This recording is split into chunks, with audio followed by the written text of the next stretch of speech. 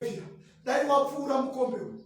But paanosumudza musoro anotarira future yesangano reparodhoki, anoona pane mayuthi asina kudzingiswa nekuda kwechinhu.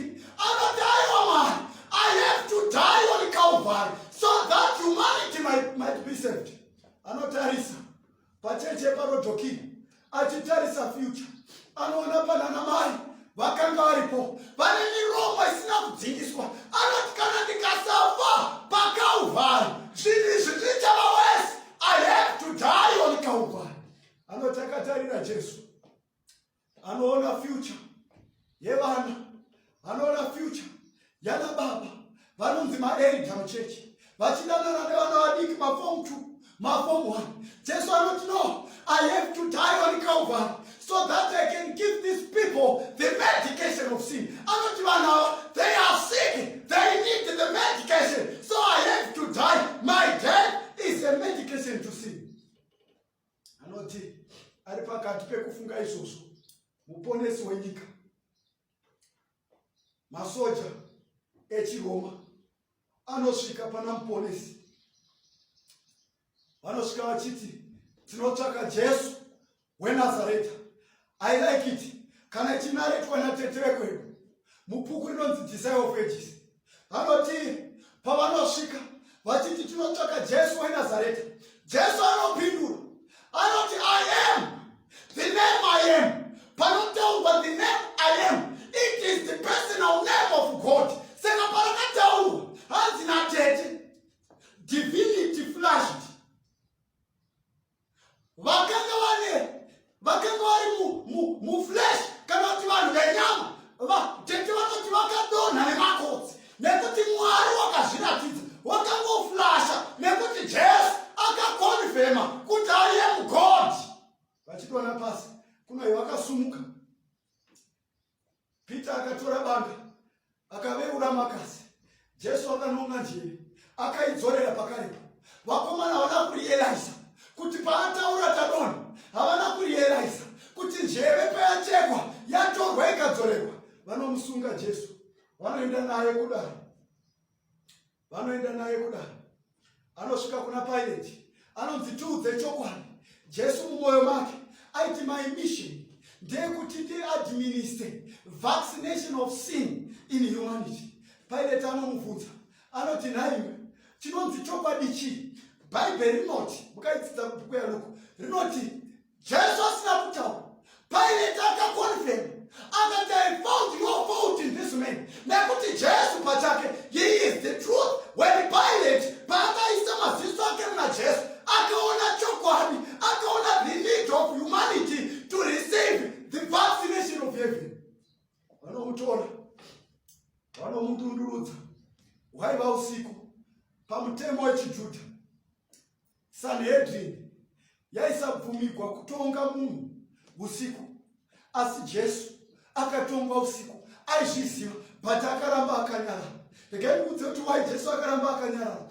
Bhaibheri mukadzidza bhuku ravaHebheru kana zvakazarurwa rinoti he was the lamb slain from the foundations of the earth, kuti agone kuponesa vanhu. Rufu rwake kana kuti kuponeswa kwevanhu kwakanga kwakarongwa before the foundations of the earth. Jesus is the lamb, kana gwai richiurawo hariiti ruzha.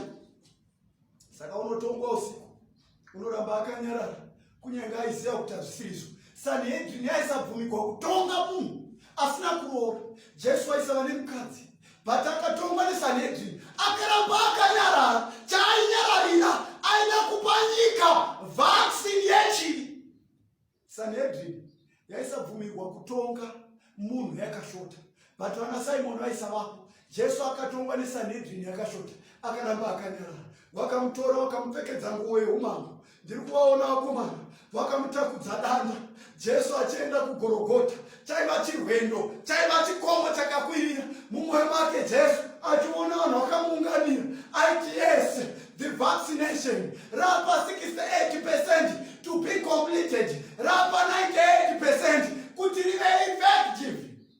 Akanga achifamba airohwa nezvana zviduku zvimakindergarten zvisina kudzingiswa, zvakanga zvichisvipira munhu auya nemushonga unorapa chivi. Mapathfinders vaimacha kana wasvika padhuze voti left 10 votenda to the left ndokwakuna Jesu votanga kumukwakwaidza mampamu. Ndiri kuona akapfekedzwa korona ine mihwa akanga achirohwa pamusoro pekorona. Ropa raijuja richibva mumusoro, ziya rakanga richibuda, akanga achiswinywa muponesi. Vamwe vakanga vachirwa nekava. He was preparing medication yehumanity kuti vaponeseke. Akanga achitraya kutsvaka mushonga unopedza chivi. Ndiri kumuona achirwa nekava yaitika rova inodambura nyama. Ndiri kumuona Jesu achifamba akatakura danda. Calvary was not an easy way. Chaiva chikomo akatakura danda rairema. Vamwe vachityaira nekava, vamwe vachitaura mahwe kutuka, vamwe vakanga vachichema, yakanga iri disorder vachienda kuCalvary. Ndiri kumuona Jesu achisvika pachikomo chakakwirira. Ari kuti 99% the medication is almost completed. Ndiri kumuona Jesu ari kutorwa achiradzikwa padanda. Vakomana vachitora zvipikiri vakati regai tipedzise mutambo. Handizivi kuti ichokwadi here. Kune vanotsanangura nhoroondo yechiJudha vanoti handizivi kuti chokwadi here. Vanoti mukomana kana kuti vakomana vaishandiswa kuwera pamuchinjikwa.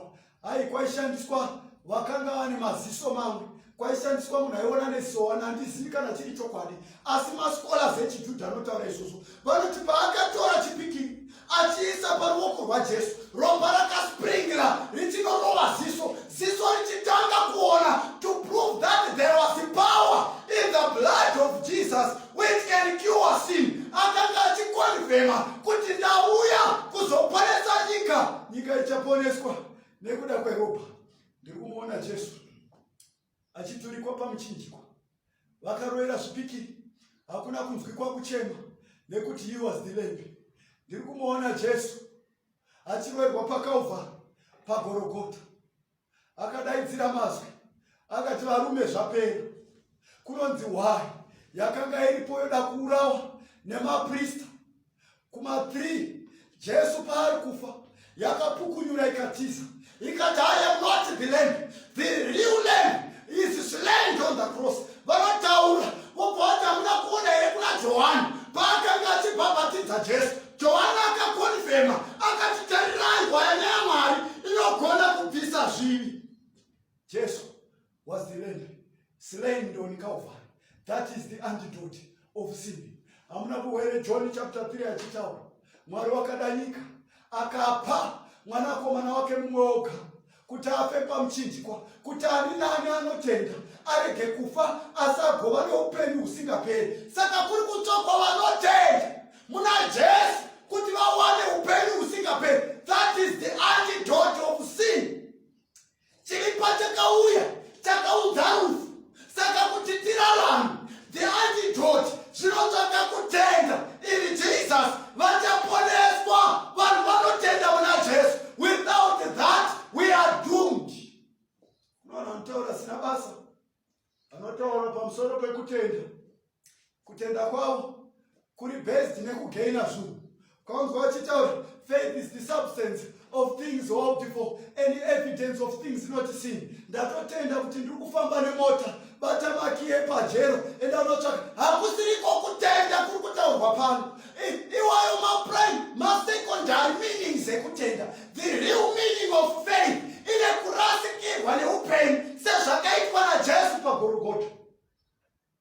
Hamuna kuiverengerwa Hebrew chapter 11 24 25. Nokutenda Moses wakati wakuru akaramba kunzi mwanakomana wemukunda waFaro. Akati zviri nani nditambudzike pamwe chete navana vaMwari pakufarira zvivi kwenguva duku. That's faith. By faith Moses rejected to be called the son of the daughter of Pharaoh. Wakarasikirwa nemaprivileges, emperors, wakarasikirwa nezvakanaka. Ndosaka Mwari ari kuti by faith, faith ine chekuita nekurasikirwa neupenyu sezvakaita Jesu. Saka vanotenda mumazuva ekupedzisira vacharasikirwa nezvakawanda Ticharasikirwa nemaprivileges ezvekudya, ticharasikirwa nemaprivileges ezvekupfeka, kamuraramiro, kamugariro. That's the real faith in the last days. Jesu akafa kuti ani nani anotenda arege kufa asave neupenyu husingaperi. Tirege ngotsanangura papekupedzisira. Tichaita kuti vanhu vatenda muna Jesu asafe hechi.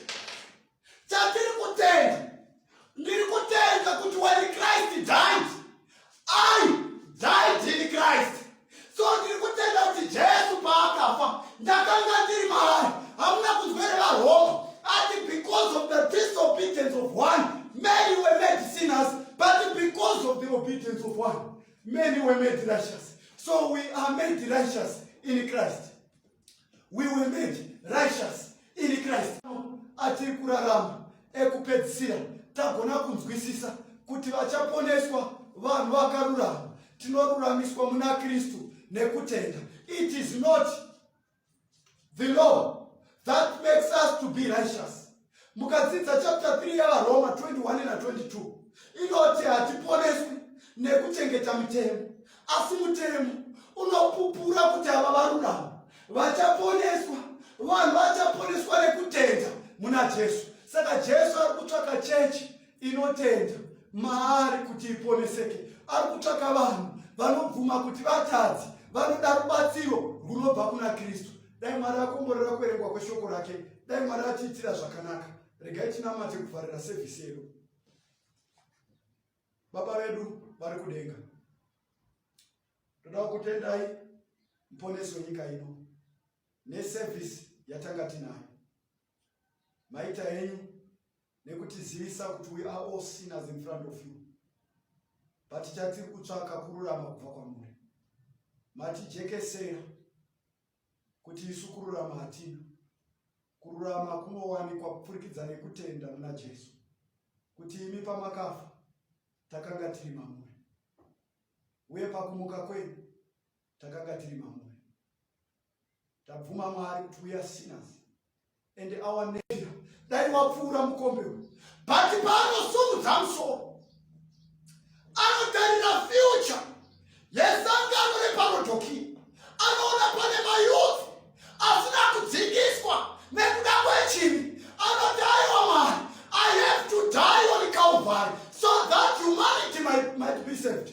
Anotarisa pacheche yeparodhoki, achitarisa future, anoona pana namai vakanga varipo,